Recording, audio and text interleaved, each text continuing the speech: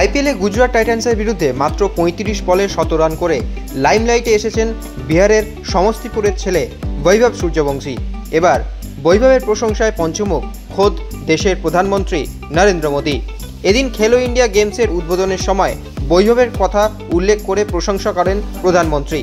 আইপিএলে ভারতীয়দের মধ্যে দ্রুততম ১৭ রানের মালিক রাজস্থান রয়্যালসের এই বাঁহাতি ওপেনার। নিজের বক্তব্যে বৈভবের ইনিংসের কথা তুলে ধরে প্রধানমন্ত্রী বলেন, मैं आपको क्रिकेट की दुनिया से एक उदाहरण देता हूं। अभी हमने आईपीएल में बिहार के ही बेटे वैभव सूर्यवंशी का शानदार प्रदर्शन देखा। इतनी कम आयु में वैभव ने इतना जबरदस्त रिकॉर्ड बना दिया। वैभव के इस अच्छे खेल के पीछे उनकी मेहनत तो है ही, उनके टैलेंट को सामने लाने में अलग अलग लेवल पर ज्यादा से ज्यादा मैचों ने भी बड़ी भूमिका निभाई।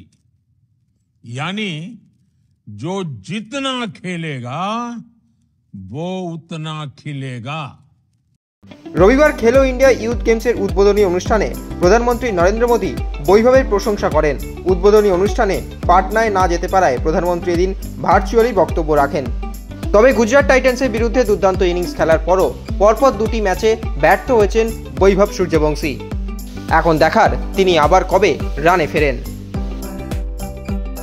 Extra time.